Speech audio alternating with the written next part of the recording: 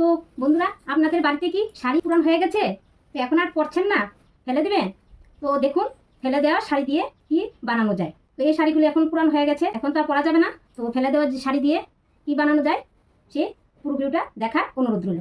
তো চলুন বন্ধুরা, দেরি না করে এখন ভিডিওটা শুরু করা যায়। তোষকটা তো আগে দেওয়া পক্ষে সম্ভব নয়, তো তোষকটা যেখানে আছে সেখান থেকে আমি আপনাদেরকে মাপ দিয়ে দেখাচ্ছি।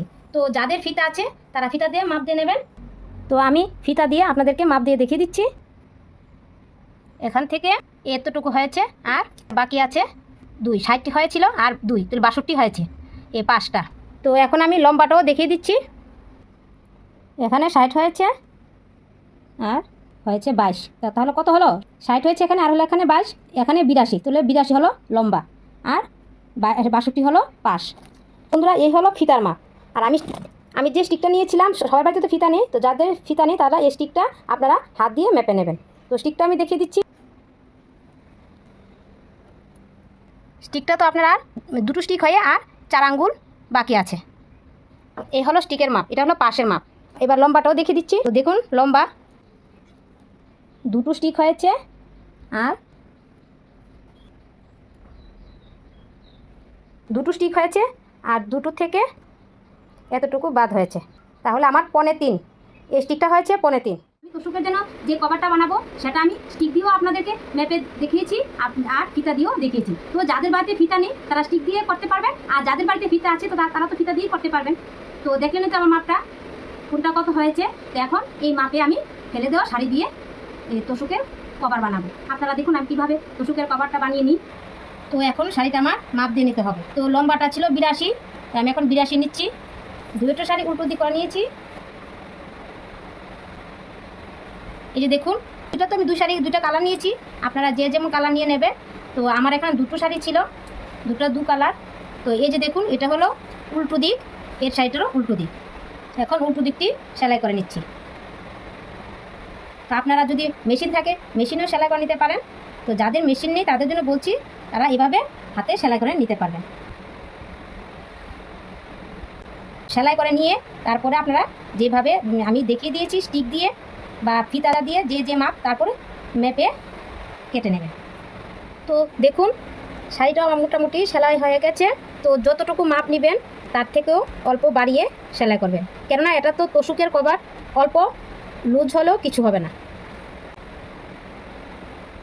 তো আমার একটা পার্ট সেলাই কমপ্লিট হয়ে গেছে। শাড়ির 2টো পার্ট একসঙ্গে সেলাই করা কমপ্লিট হয়ে গেছে। তো আমার লম্বা ছিল 82, তো 82 লম্বা হওয়াতে আমি ডাবল সেলাই করে নিয়েছি। তো 82 হলো 164, আর আমি এখানে 4 ইঞ্চি বাড়িয়ে সেলাই করে নিয়েছি, তো হলো 168। তো বাড়িয়ে একটু সেলাই করে নিয়ে আরও দুদিকে সেলাই করে কমে যাবে, তার জন্য 4 ইঞ্চি বাড়তি করে সেলাই করে নিয়েছি। তো আপনার যদি 4 ইঞ্চির মধ্যে কমপ্লিট না করতে পারেন তাহলে আরেকটু বাড়িয়ে সেলাই করলে কিছু হবে না। এটা তো তোষকের কভার, একটু ঢিল হলেও কিছু হবে না। তো এখন আমার লম্বাটা সেলাই করা কমপ্লিট হয়েছে। এখন আমি সেলাই করব পাশেরটা। তো পাশ দিকটা আমার ছিল 62, এখানে 60 হলো, তাহলে হলো 62, আর এখানে আমি 4 ইঞ্চি বেশি সেলাই করব, কেননা দুদিকে সেলাই করে কমে যাবে, তার জন্য 4 ইঞ্চি বেশি সেলাই করব। আরও আমার এখানে শাড়িটা বেশি রয়েছে, দেখুন শাড়িটা আর কত পাশ, এই অংশটাকে আমি কেটে বাদ দিয়ে দেবো। তো পাশটা এখন আমি বাদ দিয়ে দিচ্ছি।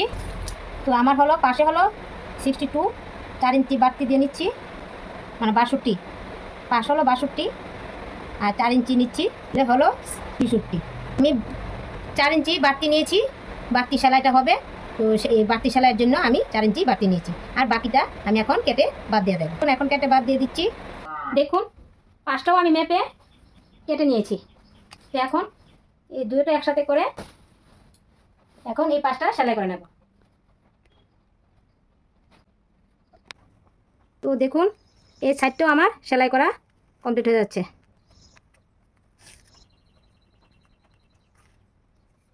তো এই সাইডটা আমার সেলাই করা হয়ে গেছে, এখন এই সাইডটা সেলাই করে নেব।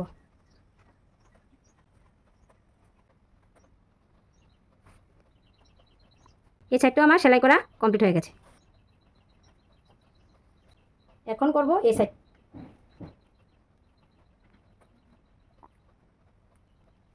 তো আর বেশি সেলাই করব না, তোষকটা ভেতরে ঢোকার জন্য এদিকে কিছু অংশ বাদ দেবো আর ওইদিকে কিছু অংশ বাদ দেবো।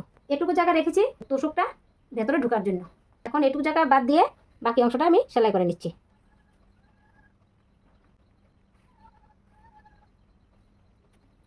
তো দেখুন তোষকের কভার বানানো আমার কমপ্লিট হয়ে গেছে। এখন কভারটা যে আমি আটকাবো তোষকটা ভেতর ঢুকিয়ে দিয়ে, তো এখানে তো একটা সুতা লাগবে, তো এটাই আমি কাপড়ের অংশ থেকে নিয়ে নিচ্ছি। এই যে কাপড়টা আমার বেঁচে ছিল, তো এই কাপড়ের এই যে পায়ের অংশটা আছে, সেই পায়ের অংশটা আমি এখন কেটে নিচ্ছি। শাড়ির থেকে পায়ের যে অংশটা ছিল এই অংশটা আমি কেটে নিয়েছি। এই অংশটা দিয়ে এখন আমি যে যে কাভারটা আছে সেই কাভারটা দেওয়ার জন্য যে সুতা যে লাগে, এই সুতাটা আমি এখন আমার শাড়ির থেকে অংশটা কেটে বার করে নিয়েছি। বার করে নিয়ে এখন সেলাই করে নিচ্ছি। দেখুন এখানে সুতাটা সেলানো কমপ্লিট হয়ে গেছে। তো আমার তো দুটো লাগবে গিট দেওয়ার জন্য, তো দুটো চারটা লাগবে, তো এটা দিয়ে আমার চারটা হয়ে যাবে। আমি তো হাতে সেলাই করে নিয়েছি, তার জন্য দেখতেও সুন্দর হয়নি। তো আপনারা যাদের বাড়িতে মেশিন আছে তারা মেশিনে সেলাই করলে দেখতেও সুন্দর হবে। তো এখন আমি ফিতা দিয়ে মেপে দেখবো কতটুকু আমি গ্যাপ রেখেছি। এই গ্যাপে মাপে সুতাটা দিলে তাহলে কিন্তু দেখতেও সুন্দর হবে, আপনাদের সুবিধাও হবে। এখানে আমার আছে 40, আপনারা যেভাবে সুবিধা হয় এবার সেলাই করে নেবেন। তো আমার তো মনে হয় এখানে 12 দিয়েছি, এখানে একটা 12 দিয়েছি, একটা দড়ি, আর আবার 12 হলে এখানে একটা পড়বে, তাহলে বাকিটা সুন্দর মিলে যাবে। দেখুন আমি এখানে সেলাই করে নিচ্ছি। যে সেলাই করছি এটা হাতে সেলাই করছি, দেখতেও সুন্দর হয়নি, তো আপনারা সুন্দর করে সেলাই করে নেবেন। মেশিনে সেলাই করলে সুন্দর হয়ে যাবে। দেখুন আমার একটা কমপ্লিট হয়ে গেছে, আর বাকি 3টা রয়েছে, 3টা আমি সেলাই করে আবার ফিরে আসছি। তো দেখুন বন্ধুরা, তোষকের কভারে দড়ি বানানো কমপ্লিট হয়ে গেছে। তো এখন আমি এটাকে উল্টিয়ে দেখাচ্ছি।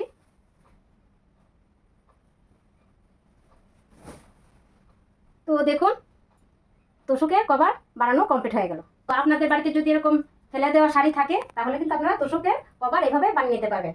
তো এটা আমি আপনাদেরকে তোষকের ভেতরে ঢুকিয়েও দেখাচ্ছি যে তোষকের মধ্যে হয়েছে কিনা। তো চলুন আপনারা এখন দেখতে থাকুন আমি এই তোষকের কভারটা তোষকের ভেতরে কিভাবে। আমি যে তোষকের কাভারটা সেলাই করে নিয়েছি সেই কাভারটা এখন তোষকের মধ্যে ফিটিং করে নেব। তো দেখুন আমি তো একা পারবো না, তার জন্য আমি আমার হাজব্যান্ড আমরা দুজন মিলে এই কাজটা করবো। তো দেখুন আমি কিভাবে এই কাভারটা তোষকের মধ্যে ফিটিং করছি। এটা তো ল্যাপ নয়, এটা তোষক। কি গো, এই কোনাগুলো আগে নিতে হবে না? দেখুন বন্ধুরা এই যে কোনা, এই কোনা ফিটিং করতে হবে। কোনাগুলি ভিতরে ঢোকাতে হবে আগে। আমার কিন্তু এক কোনা হয়ে গেছে। তো কি গো, আমি তো এক কোনা ফিটিং করে নিলাম, এখন আস্তে আস্তে তোষকটা একটু ভিতরে ঢোকাতে হবে। তো বন্ধুরা আমি কিন্তু এসব পারি না, তো আমার হাজবেন্ড সবসময় কাজটা করে। তোষকটা ভিতরে ঢোকাও, মানে আজ আমি পারবো কিনা জানি না। ঢুকিয়ে আবার এই কোনাগুলো আবার এই কোনার মধ্যে ঢোকাতে হবে। এই দেখো আমি কিভাবে ঢোকাচ্ছি, এই কোনার মধ্যে ঢোকাবো। ভিতরে ঢুকো এটা। আমার কোনা তো আমি পাচ্ছি না। এই তো এটা কি কোনা না? এখন এটা বন্ধুরা আপনারা দেখে নিন। এটা বলছি যে এটা ঢোকাতে হবে তো।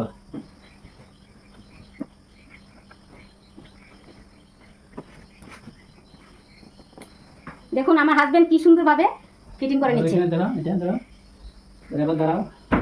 বুঝতে হবে? হ্যাঁ উঠাও, এটা আমাকে এখন সমান করতে হবে না। আরে বাবা কষ্ট যে ভারী। এই দেখো কোনাগুলো ঠিক আছে তো? হ্যাঁ ঠিক আছে। ওই জায়গায় দাঁড়াও।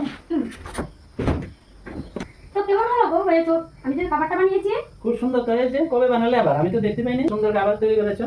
কি শাড়ি দিয়ে তৈরি করেছো এটা? এই শাড়িগুলো আমি এখন আর ব্যবহার করিনি, তো ভাবলাম তোষকের কাবার বানিয়ে নিই। কেন তোষক তো ময়লা হয়ে যায়, তো নোংরা হয়ে যায়, তোষক তো কাবার মতন তো ধোয়া যায় না, তো পরিষ্কারের জন্য। ভালো বুদ্ধি তোমার। তোমার যে কাপড়গুলো পরো না, ব্যবহার করো না, সেগুলি দিয়ে তুমি উষার তৈরি করেছো। তাহলে বাজার থেকে উষা কিনলে তো 400-500 টাকা উষার টাকা লাগে। হ্যাঁ তো তুমি তো অনেক টাকা বাঁচিয়েছো। খুব সুন্দর হয়েছে, কালারফুল হয়েছে, এটা দেখতে খুব সুন্দর লাগছে। আর কাপড়টিও পুরান হয়ে গেছে। হ্যাঁ দেখতে তো সুন্দর লাগছে, খুব ভালো। ল্যাপটাও খুব কাবার দেওয়া, মানে ল্যাপ তোষকের মধ্যে কাবার থাকা মানে কি, ল্যাপের মধ্যে তোষকের মধ্যে যে সরাসরি যে ময়লা এগুলি পড়বে না, ল্যাপ এবং তোষক ভালো থাকে, কাবারটা দেওয়া খুব প্রয়োজন। খুব ভালো হয়েছে, সুন্দর হয়েছে। তো বন্ধুরা আপনাদের বাড়িতে যদি কোনো বাচ্চারা অতিথি আসে বা আপনাদের ঘরে যদি কোনো বাচ্চারা দুষ্টুমি করে, তাহলে কিন্তু আপনার এই তোষকের উপর কোনো নোংরা হবে না, এই কাবারের মধ্যেই নোংরা হয়ে যাবে। তাহলে কিন্তু আপনারা কাবারটা খুলে নিয়ে আবার ধুয়ে তোষকের মধ্যে ফিট করে নিতে পারবেন। তো বন্ধুরা আমার যে শাড়িগুলো আমি ব্যবহার করি না, তো ওই শাড়িতে যে বানালাম তোষকের কাবার, সেই ভিডিওটা আপনাদের কাছে কেমন লাগলো তা কিন্তু অবশ্যই কমেন্টের মাধ্যমে জানাবেন। ভালো লাগলে লাইক শেয়ার করবেন, আর হ্যাঁ আমার এই ছোট্ট চ্যানেলটাকে সাবস্ক্রাইব করতে আপনারা ভুলবেন না। আপনারা সবাই ভালো থাকুন, সুস্থ থাকুন, আবার দেখা হচ্ছে নেক্সট ভিডিওতে। ততক্ষণের জন্য টাটা।